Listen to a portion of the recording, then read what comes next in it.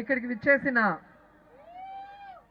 గుంటూరు వాసులకి, ముఖ్యంగా మహిళలకి, వేదిక మీదున్న అతిరథ మహారథులకి, మా కో ఫైర్ బ్రాండ్ అంబటి రాంబాబు గారికి, ఇంకా వేదిక మీద ఉన్న అన్నాబత్తుల గారికి, మేడం గారికి, అందరికీ నా హృదయపూర్వక నమస్కారాలు. నిజంగా చాలా చాలా సంతోషంగా ఉంది. ప్రతి సంవత్సరం సంక్రాంతి ముగ్గుల పోటీ అంటే అంబటి గారు మమ్మల్ని ఖచ్చితంగా పిలుస్తారు, ఆ సంబరాల్లో పాలు పంచుకునే అవకాశాన్ని ఇస్తారు. అలాగే ఈసారి కూడా ఇక్కడికి పిలవగానే మేము ఎందుకు వచ్చామంటే, సంక్రాంతి అంటే ముగ్గుల పోటీలు, ఎడ్ల పందాలు, కొత్త అల్లుళ్ళు, కొత్త వంటకాలు, అంతే కదా, కోడి పందాలు. సో అంత కలర్ఫుల్గా, సంతోషంగా, జాలీగా ఉంటుంది. మనం కూడా ఆ సంబరాల్లో పాలు పంచుకోవాలని ఇక్కడికి వచ్చాను. ఇక్కడికి వచ్చిన తర్వాత మహిళలందరూ కూడా ఎంతో అందంగా ఒకరిని మించి ఒకరు పోటీ పడి ముగ్గులు వేశారు, సంబరాలు చేశారు. వాటన్నిటిలో కూడా ఎవరు first, second, third, fourth, fifth, sixth అని ప్రైజులు కూడా కొట్టేశారు. సో సంక్రాంతి ఈ రాష్ట్రంలో అందరికన్నా ముందు గుంటూరుకే వచ్చేసిందని అర్థమైంది ఇక్కడికి వచ్చిన తర్వాత. ఎందుకంటే ఎప్పుడు అంబటి రాంబాబు గారు తను ఎక్కడుంటే అక్కడ ఆ ప్రజల్ని సంతోషంగా పెట్టడంలో, వాళ్ళందరితో సంక్రాంతి సంబరాలు చేసుకోవడంలో ఆయన ఎప్పుడూ ముందుంటాడు. రాంబాబు అంటే సంక్రాంతి, సంక్రాంతి అంటే రాంబాబు అనే బ్రాండ్ తెచ్చుకున్నారు. ఈరోజు కొంతమంది ఎట్టకారంగా అనొచ్చు సంబరాల రాంబాబు అని, ఆయన గురించి తక్కువ చేసి మాట్లాడాలని. కానీ అలాంటి వాళ్ళు కూడా ఈరోజు ఆయన్ని ఫాలో చేస్తూ ఆయనలాగే సంక్రాంతి సంబరాల్లో డాన్స్ చేసేలా తయారు చేశాడు అంటే దట్ ఈస్ రాంబాబు గారు.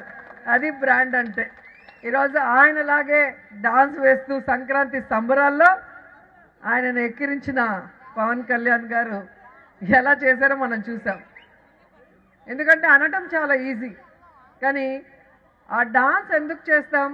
మనలో సంతోషం ఎక్కువైనప్పుడు డాన్స్ కూడా ఒక ఫార్మ్ ఆఫ్ హ్యాపీనెస్. కొందరు పాడి సంతోషాన్ని వ్యక్తపరుస్తారు, కొందరు డాన్స్ చేసి వ్యక్తపరుస్తారు. సో అలా ఆయన డాన్స్ చేసినప్పుడు మేము చెయ్యం, ఎందుకంటే ఆయనతో పోటీ పడలేం కాబట్టి. ముందే చెప్తారు, నాతో పోటీ పడి ఓడిపోతారు, ఎందుకండి నేను చేస్తాను మీరు చేయొద్దండి అంటారు. ఓకే సార్, సంక్రాంతి మాత్రం మీకే, ఎన్ని డాన్సులు కావాలన్నా వేయండి, మేమైతే కాంపిటీషన్కి రామని చెప్తాం. లాస్ట్ టైం కూడా చాలా చక్కగా ఒక సాంగ్ని రికార్డ్ చేసి ఆయన పేరు మీద దానికి డాన్సెస్ వేసి, సో రాష్ట్రం అంతా కూడా అందరి మన్ననలు పొందారు.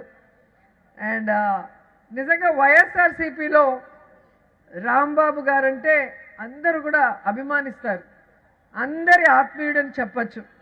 ఎందుకంటే ఆయన జగన్ గారి కోసం నిలబడతాడు, జగన్ గారి కోసం ఎవరితో అయినా కలబడతాడు. ఎలా అయితే అందరినీ నవ్విస్తారో, జగన్ గురించి ఎవరైనా తప్పుగా మాట్లాడితే మాటలతో వాళ్ళ తాట కూడా తీస్తాడు. అవునా కాదా? సో రాంబాబు గారు జగన్ గారు పార్టీ పెట్టక ముందు నుంచి, ఆయన కాంగ్రెస్ నుంచి బయటకు వచ్చినప్పటి నుంచి జగన్ గారి వెనకే నడిచినారు. ఈ రోజుటి వరకు ఎవరు ఎన్ని మాట్లాడినా కూడా జగనన్నకి సైనికుడిగా, వైఎస్ఆర్ గారికి భక్తుడిగా ఆయన పార్టీని నిరంతరం పటిష్టపరిచే విధంగా పనిచేసుకుంటూ వెళ్ళటం మనం అందరం కూడా చూస్తున్నాం.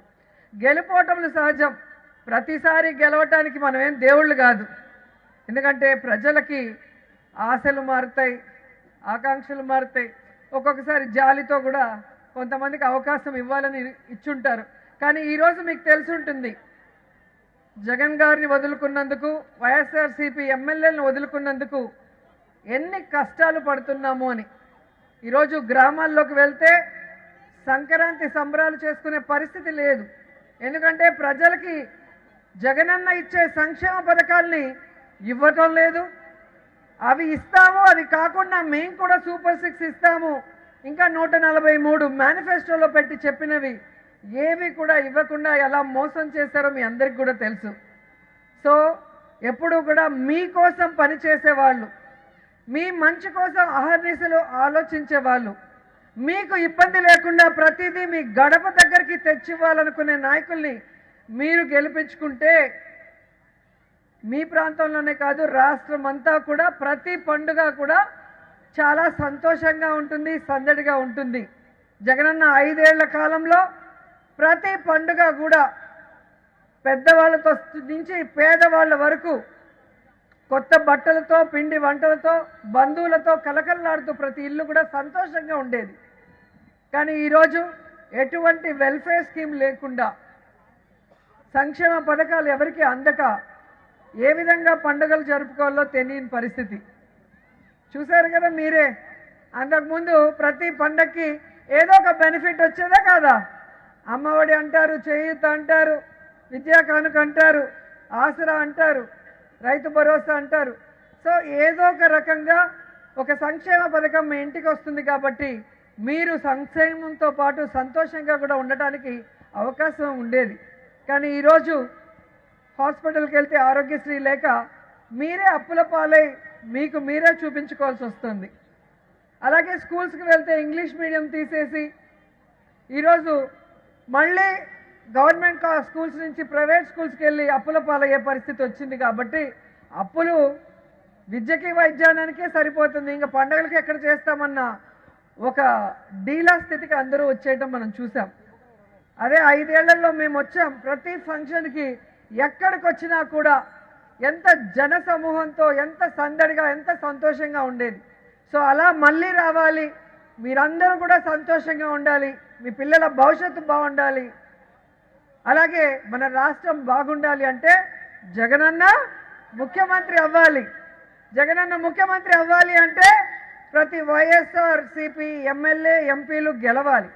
గెలిచిన రోజు మన రాష్ట్రం మళ్ళీ అభివృద్ధి వైపుకి పరుగులు తీస్తుందని కూడా మీకు తెలియజేసుకుంటూ, అపోజిషన్లో ఉన్నా అధికారంలో ఉన్నా మాకు పదవులతో సంబంధం లేదు, ప్రజల సంతోషమే మా ముఖ్యమని ఈ సంక్రాంతి సంబరాలు అంగరంగ వైభవంగా చేసిన మా అంబటి రాంబాబు గారికి మరోసారి కృతజ్ఞతలు తెలియజేసుకుంటున్నాను.